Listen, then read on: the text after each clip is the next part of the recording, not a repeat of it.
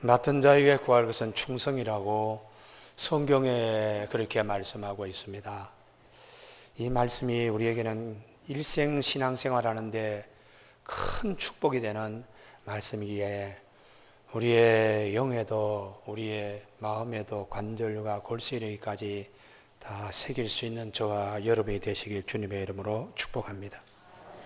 성경 66권 가운데 아주 특이한 책이 있는데 그게 아가서입니다. 이 아가서는 연가인데요.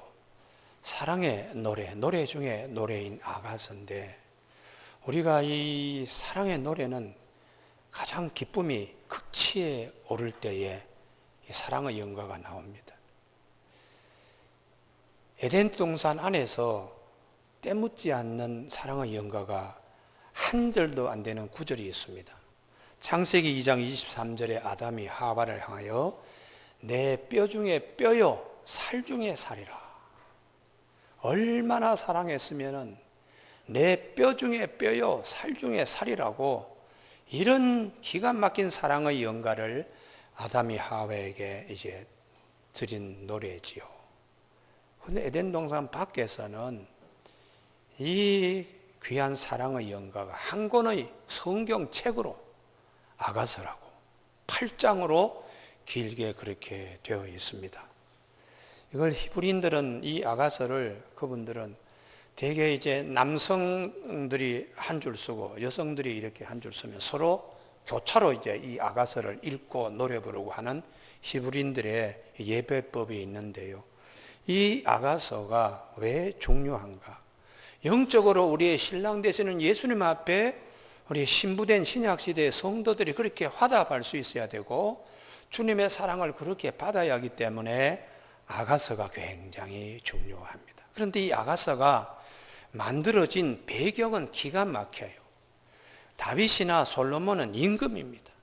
그런데 이 임금의 솔로몬이 자기 포도밭, 자기 농장의 소작인의 딸을 보고 이렇게 기뻐하고 이렇게 사랑하고 이렇게 감격하며 에덴 동산에서 아담이 하와를 내 뼈 중에 뼈요 살 중에 살이라고 하는 마음 이상으로 자기 집에 소작인 딸을 두고서 이 소작인의 딸이 인물이 예쁜 것도 아닙니다. 뭐 노래를 잘하는 것도 아니고 뭐 아무것도 없는데 한 가지 때문에요. 한 가지 때문에 솔로몬의 마음이 푹 빠진 것입니다. 그 한 가지는 어느 날 솔로몬이 자기의 포도밭 농장에 갔더니 한 사람이 열심히 왔다 갔다 해요. 햇빛이 그렇게 내릴 때는 다 그늘을 향하여 쉴 때인데 한 사람이 열심히 왔다 갔다 하는데 가까이 가서 보니까 이마에 흐르는 땀도 닦지 않고 보니까 처녀인데 우윗빛보다 더 깨끗하고 고운 처녀의 살결이 얼마나 햇빛에서 일을 했으면은 해달의 가죽과 같이 뭐 어떻게 보면은 이 새까맣게 타버린 이런 이제 그런 모습으로 되어 있어서 이 솔로몬이 울컥한 거예요.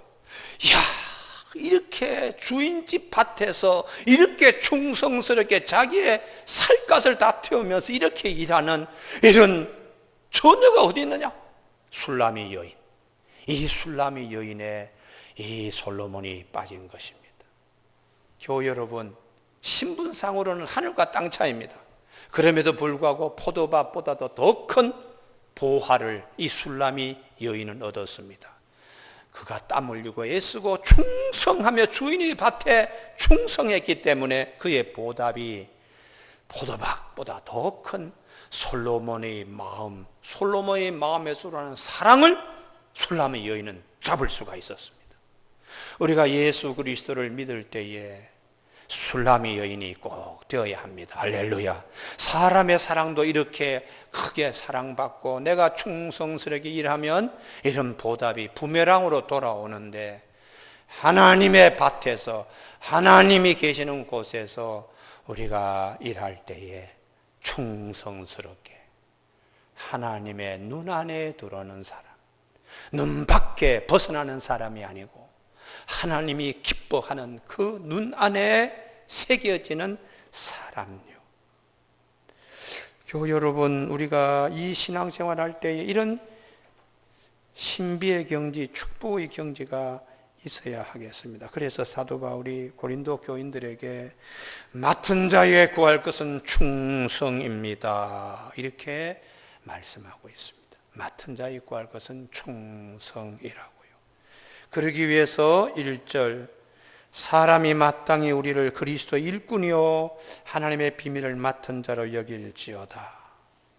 사람이 마땅히 우리를 볼 때에 정말 예수 믿는 사람이네요, 정말 그리스도의 일꾼이네요, 주님의 밭에서 일하는 술람이 여인이네요, 이렇게 우리가 얘기를 들어야 된다는 것이죠.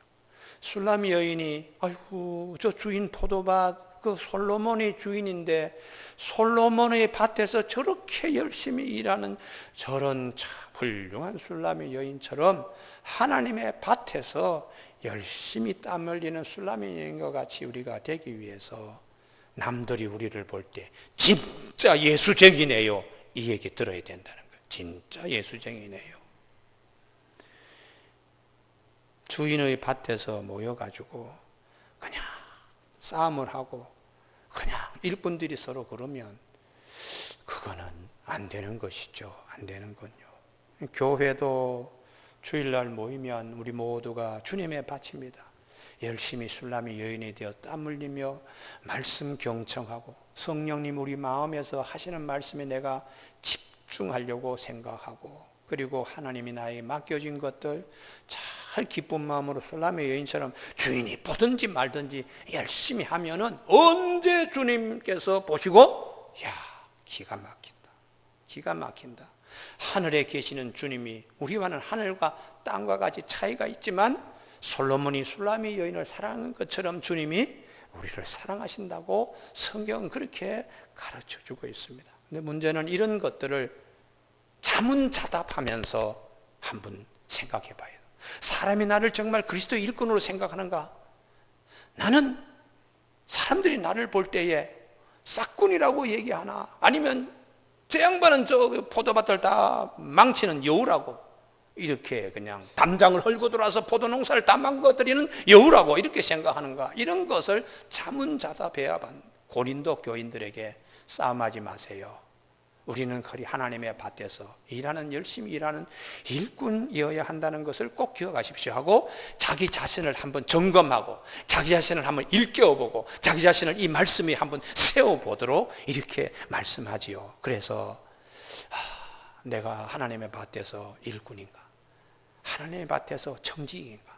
하나님의 밭에서 술람의 여인처럼 사랑을 받고 있는 자인가를 한번 점검해 봐야 돼요. 이런 점검에서 실패한 자가 아담입니다. 솔로몬의 포도밭보다 더 훌륭한 에덴 동산에서 자기 점검, 자기 세움, 자기 일깨움에 이 아담은 실패한 자지요. 누구 밭입니까? 하나님의 밭입니다. 그러면 그 밭에서 하나님의 말씀만 듣고 하나님만 생각하고 맡은 자의 구할 것은 충성이라고 하는데, 자, 그 아담 주변에 있는 새들도 그리고 목축도 그 아담이 이름을 불러 세운 그 짐승들의 모든 피조체는 다 이것이 하나님의 밭이고 저 아담은 하나님의 일꾼이야, 술람이 여인과 같은 자야, 이렇게 평가되어야 되는데 새들이 보고 그리고 육축이 볼 때 아니 저 아담이 사탄이 보낸 뱀하고 말하네, 아니 그래 뱀의 말을 듣네, 이렇게 됐다는 것이, 이렇게 됐다는 것이죠. 그래서 우리가 1절에 사람이 마땅히 우리를 그리스도의 일꾼이요 하나님의 비밀을 맡은 자로 여길지어다, 이 말씀에 우리 영혼에 큰 울림이 있기를 주님의 이름으로 축원합니다. 그리고 노아 시대 때 노아가 하나님 앞에서 칭찬받는 것은 노아 방주 짓는 일에 충성했습니다.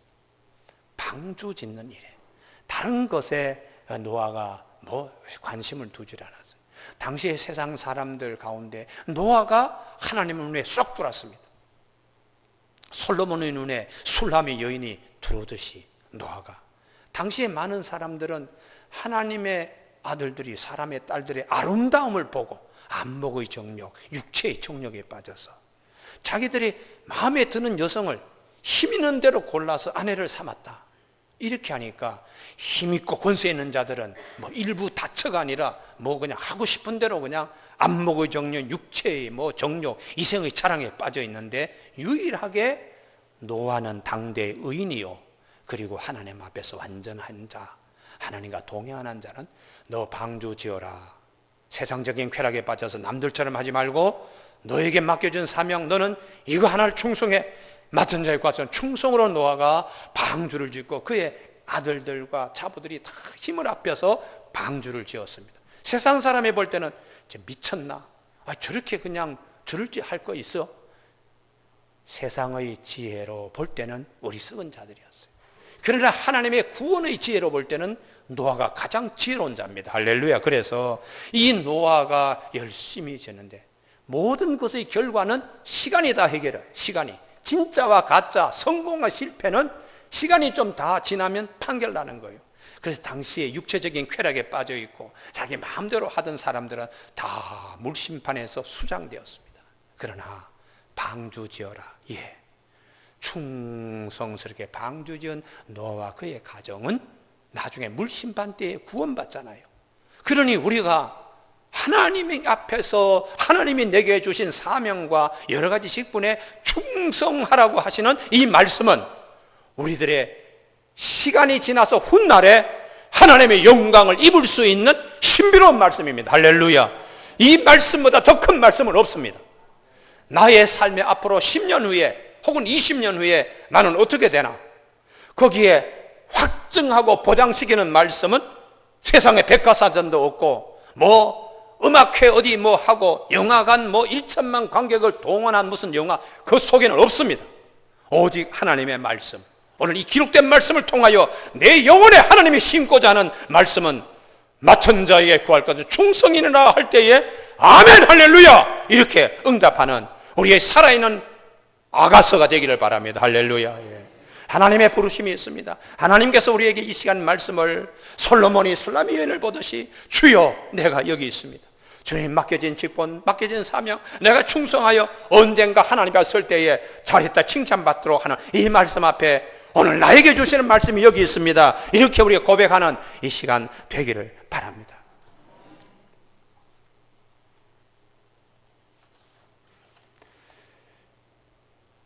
하나님의 비밀을 맡은 자, 참 이게 기가 막힌 말씀입니다. 하와 아담과 하와에게 큰 축복은 에덴 동산에 있는 것이. 에덴 동산에는 금도 나지 않습니다. 정금이 나는 곳은 비손이라고 하는 땅입니다. 그리고 호마나와 베들레헴 같은 보석은 하윌라 땅에서 납니다. 에덴 동산에는 금도 보석도 없습니다. 에덴 동산이 그래도 비손, 정금이 있는 비손 땅, 혹은 또 호마노 베들레헴인 하윌라 땅보다 우리에게 더 동경의 대상이 되고 우리가 잊지 못할 에덴 동산이라고 하는 것은 하나님의 음성이, 하나님의 거니시는 것이 그곳에 있기 때문에 하나님의 비밀 정원입니다. 그렇기 때문에 에덴 동산입니다. 할렐루야. 정금 있는 비손에는 하나님의 음성이나 하나님의 거니시는 것이 없습니다. 베들레헴 호마나가 있는 이 하일라 땅에는 보석과 이런 것은 잔뜩 나지만 하나님의 음성과 하나님의 옷깃이 스치는 그런 것들을 경험하기 어려워요. 그래서 에덴은 하나님의 비밀 정원입니다. 성도의 비밀 정원은 무엇입니까? 고린도전서 3장 16절에 너희는 하나님의 성전이요 하나님의 성령이 너희 안에 거하시는 걸 알지 못하느냐. 내 안에 하나님께서 에덴 동산에서 아담에게 말씀하신 것처럼 성령님을 통하여 하나님의 나에게 말씀하시기 때문에 저분은 하나님의 비밀 정원을 가지고 있는 분이야. 저분은 마음속에는 하나님의 음성이 듣고 하나님의 뜻이 울림이 있는 사람이야. 이렇게 들으면서 신앙생활 하라고 고린도 교회 교인들에게 사도 바울이 가르치고 있죠. 금도 없고 호마노나 베들레헴도 없는 에덴 동산이지만 하나님과 교통할 수 있는 신비한 은혜. 그래서 하나님이 나중에 아담, 너 어디 있느냐? 범죄한 아담에게 하나님이 너 어디 있느냐? 영교하시고 계세요.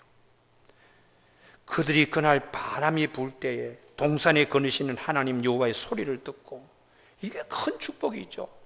정금을 가지고 호마나 베들레헴 보석을 갖는 것보다 하나님의 음성 듣는 자체가 큰 축복입니다. 할렐루야. 그래서 에덴 동산이 에덴 동산에 있는 이유가 있는 거예요. 우리의 마음을 하나님께서 성전 삼으셨다.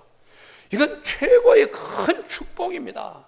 그러면 그 마음을 에덴 동산에 하면 하나님이 항상 아담에게 거느시면서 말씀하시는 것처럼 성령님이 말씀하세요. 목회자의 설교를 통하여 안에서 다시 성령님이 나에게 다시 재설교를 하십니다. 그래서 기억나게 하시고 생각나게 하시고 이것이 너 마음에 심겨지길 원한다 하는 하나님의 그 뜨거운 말씀을 경험할 수 있도록 그렇게 하시기 때문에 우리 마음의 성전 삼으시고 성령이 너희 안에 계시는 것을 알지 못하느냐, 이렇게 이제 말씀하고 있는 것이죠. 그런데 이제 아담은 참 영적인 아쉬움이 있습니다. 왜 그 축복된 동산에서 금보다 보석보다 더 귀한 하나님의 음성에 치심하지 않고 뱀이 와서 선악과 따먹으라 그러니까 헐까당 하고 그냥 넘어가 버렸느냐, 이게 참 안타깝지요.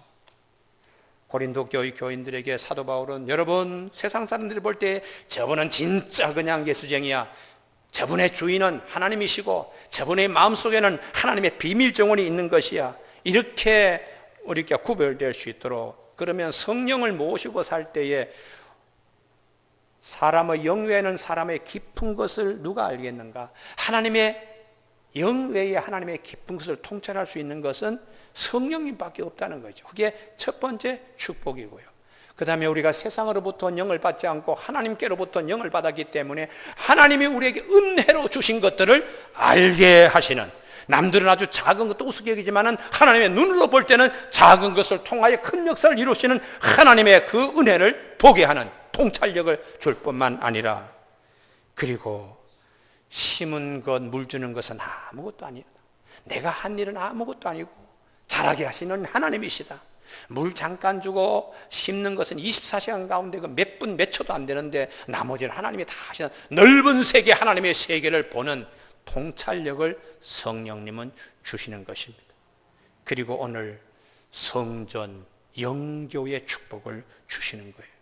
그래서 우리 마음에 이 가장 귀한 비밀의 정원에서 정말 지켜야, 선악과를 따먹지 말라고 하고 선악과를 보듯이 우리 마음에 항상 십자가를 바라봐야 됩니다. 할렐루야. 그래, 십자가를 바라볼 때에 그걸 통하여 하나님은 우리에게 은혜도 주시고 죄 사함을 해 주신 그 역사함을 참 그냥 감사하며 기뻐할 수 있는 것이죠. 우리 비밀 정원에 심어지는 나무는 선악과가 아니고 우리는 새로운 나무 십자가를 통하여 돌아가신 예수 그리스도 생명나무이시고 그 선과 악을 판단하시는 주님이 우리 마음에 계신다는 걸 꼭 기억을 하시고 늘 그분만을 생각하면서 성령의 음성을 듣는 저와 여러분이 되시길 주님의 이름으로 축복합니다. 그러면 맡은 자에게 구할 것은 충성이라고 하셨는데, 성경에서 이렇게 충성된 일꾼의 대표적인 경우를 찾아보면 창세기에서 제일 긴 장인 창세기 24장이에요.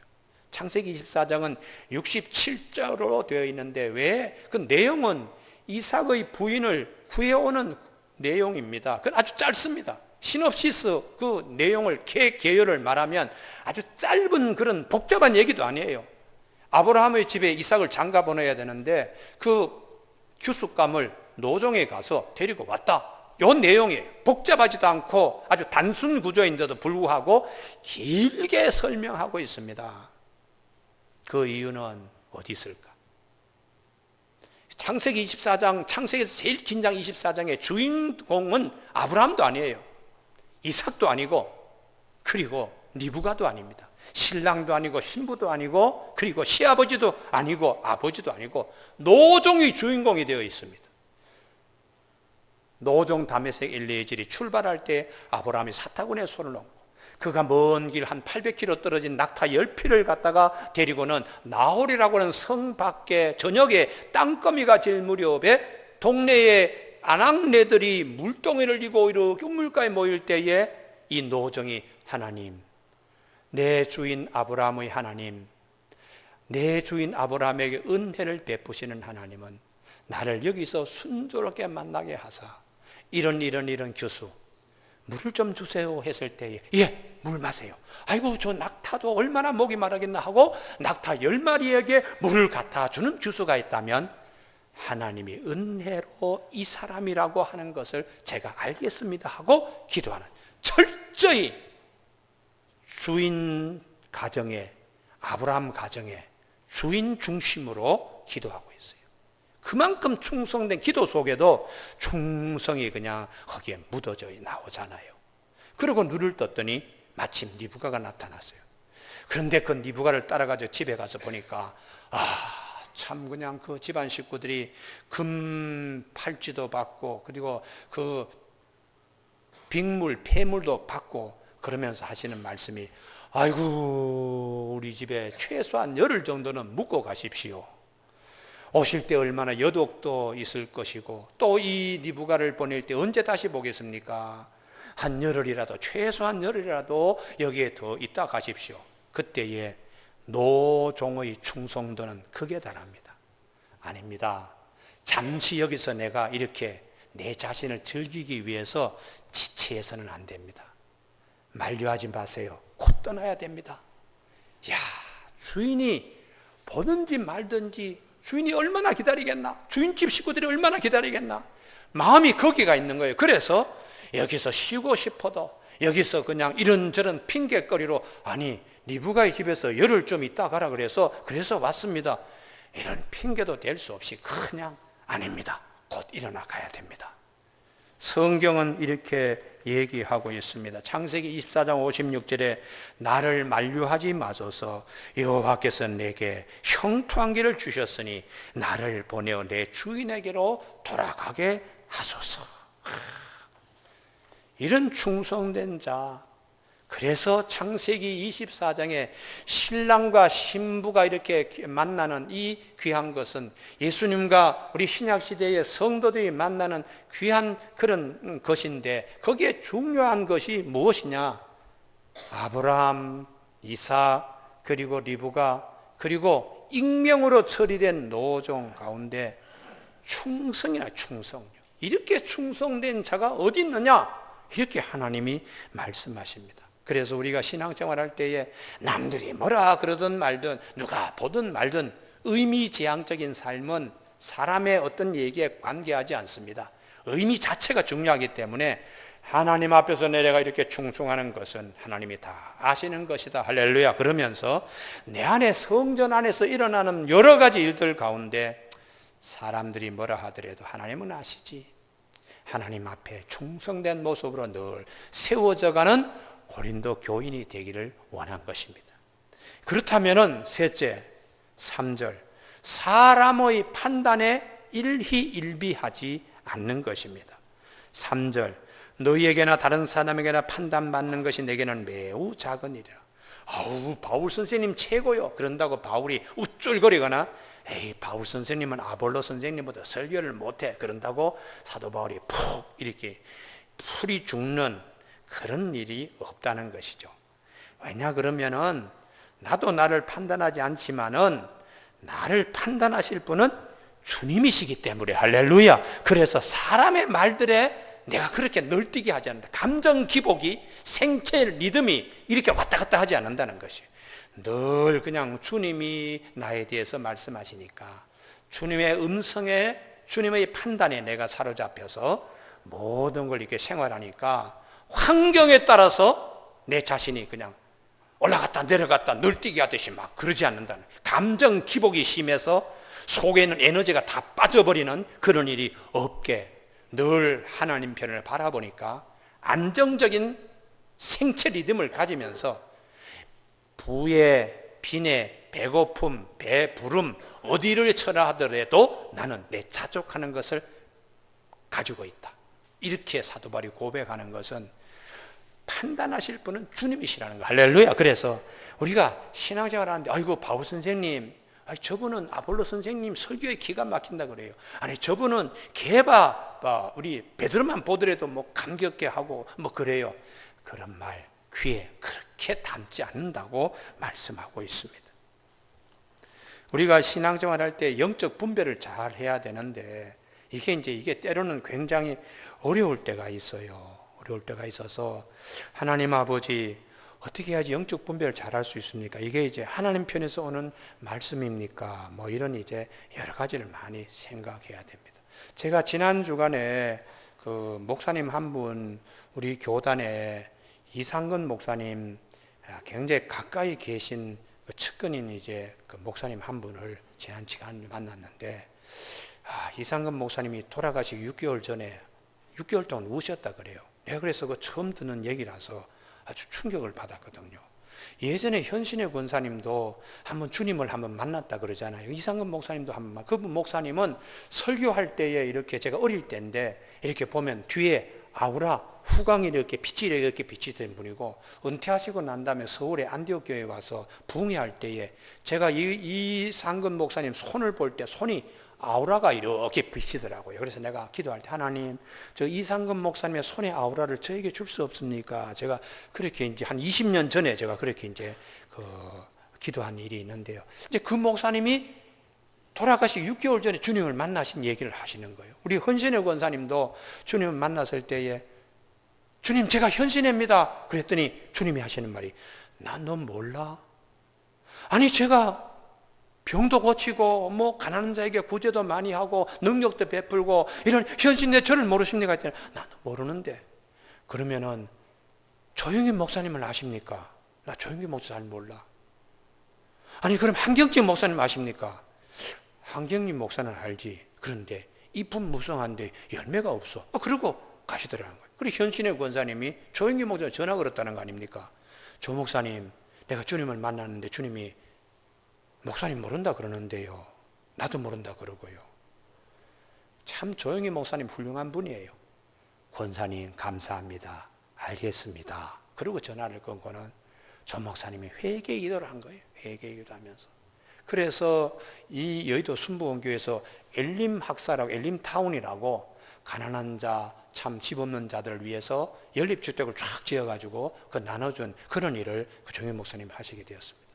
현신의 권사님께서 한경직 목사님 잎은 무성한데 열매가 없다 이 얘기를 들으시고 쌀 보내기 운동, 가난한 나라 북한에도 쌀 보내기 운동, 그렇게 그게 시작이 된 거예요. 그래서 그런 일로 템플턴 상을 받았습니다. 템플턴 상을.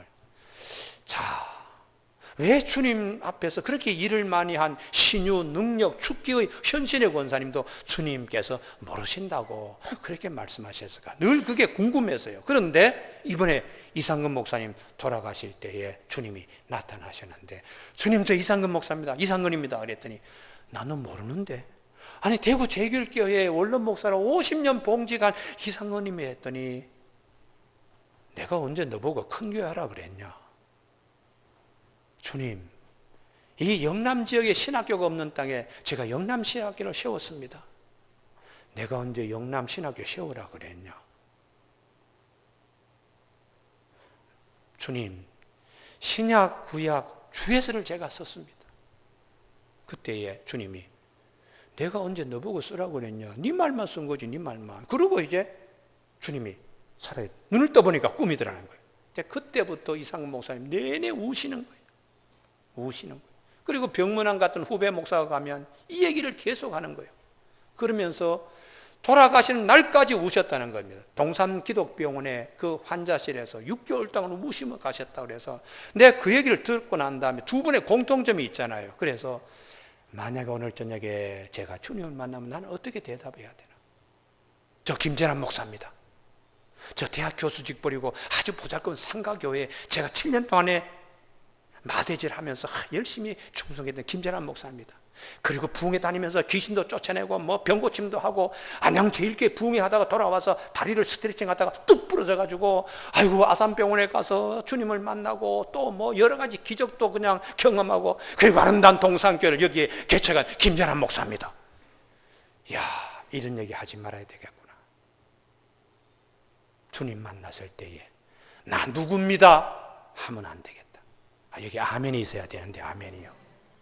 주님이 우리 죄를 위하여 하나님의 아들이 십자가에 피를 흘리면서 돌아가신 그 은혜 앞에 내가 누굽니다. 내가 뭘 했습니다.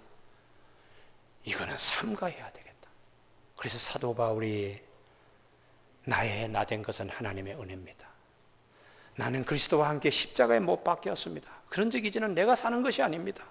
이제 내가 육체 가운데 사는 것은 오직 나를 사랑하사 자기 몸을 버리신 하나님의 아들을 믿는 믿음 안에 사는 거기 때문에 나는 그리스도와 그분의 십자가에 못 박힌 이외에는 아무것도 자랑할 것이 없습니다. 이런 이제 사도 바울의 이 자세가 주님 만나면 우리 모두가 아이고 주님이시네요. 저를 위하여 십자가에 못 박히신 그 주님을 제가 이렇게 뵙거니 너무 감사합니다. 이 소리만 해야 되겠더라고요. 할렐루야. 나는 아무개 교회에 내가 아이고 장로 원로 장로로 참 내가 열심히 일을 하고 내가 어느 교회 주일학교에 교사로 몇십 년 봉사했는데 주님 줍니다. 이런 얘기 다 그냥 지우고 주님 나를 위해서 피 흘리신 주님 천국 백성이 되게 하기 위하여 주님이 오셔서 그렇게 하신 그 주님을 내가 이렇게 만나 뵐 수 있다니 이거보다 더 큰 영광이 어디 있습니까? 이렇게 고백해야 되겠더라고요. 그래서 참 사도 바울이 역시 사도 바울답다. 사도 바울은 사람의 판단에 의해서 나도 나를 판단하지 않는다. 나도 나를 판단하지 않는다. 추위와 더위와 배고픔과 강의 위험과 동족으로부터 40여 하나 감한 매를 몇 번씩이나 그냥 맞고 그렇게 고생했고 내 몸에 그리스도의 흔적이 있다고 그렇게 하지만은 나도 나를 판단하지 않고 판단하실 분은 오직 주님이시다. 이렇게 사도 바울이 고백하는 것은 그날에 그때 가보면 안다는 것이. 내가 수없이 나를 자랑하고 나를 이렇게 한 것들 사람의 얘기에 어떨 때는 아이고 목사님 오늘 설교를 잘해서 은혜 받았습니다 하면 우쭐우쭐거리고 목사님 오늘 설교 별로 은혜가 없습니다 그러면 푹 꺼지고 그렇게 하지 말고 하나님 앞에 매일매일 충성하면 내 몸을 짜서 하나님께 드리려고 하는 마음으로 늘 서야 되지 않겠는가? 늘 서야 되지 않겠는가? 사도 바울이 이렇게 말합니다. 3절 너희에게나 다른 사람에게나 판단받는 것이 내게는 매우 작은 일이라 나도 나를 판단하지 아니하노니. 참 귀한 말씀이죠. 나도 나를 판단하지 아니하노니 내가 자책할 아무것도 깨닫지 못하나 별로 내 죄지으면 살지 않지만은 그러나 이로 말미암아 의롭다 함을 얻지 못한다. 의인은 주님께서 우리에게 베풀으신 은혜로만 의롭다 여김을 받기 때문에 다만 나를 심판하시는 주시니라. 그러므로 때가 이르기 전에 꼭 심판의 날이죠. 주께서 오시기까지 아무것도 판단하지 말라. 그가 어둠에 감추인 것들을 다 드러내고 마음의 뜻을 나타내시니 그때에 각 사람에게 하나님으로부터 칭찬이 있으리라. 마지막 때에 우리가 주님 앞에 섰을 때에 주님이 5달란트 남긴 자로 칭찬도 있고 2달란트 남긴 자로 칭찬도 있고 때로는 너는 1달란트 가지고 그대로 두었구나 하고 책망도 있고 판단과 심판은 주님이 하신다는 거죠. 할렐루야. 그래서 우리 에덴 동산에서 선악과를 따먹은 것은 내가 선과 악의 판단자가 되겠다고 아담이 범죄한 겁니다. 판단은 선과 악의 판단은 하나님만이 하시는 것이는 걸 꼭 기억하는 그는 이제 사도 바울이 고린도 교인들이 되라고 말씀하고 있습니다. 오늘 우리는 모두 다가 우리 안에 하나님의 성전을 하나님이 세워주셨습니다. 그리고 성령님이 우리 안에 내주하십니다. 그리고 내가 무엇을 해야 하나님이 기뻐하실까도 성령님이 말씀하십니다. 우리가 그 음성에 귀 기울이며 늘 하나님의 밭에 그리스도의 일꾼으로 충성된 모습으로 끝까지 아름다운 경주가 있는 저와 여러분이 되시길 주님의 이름으로 축원합니다. 기도하시겠습니다.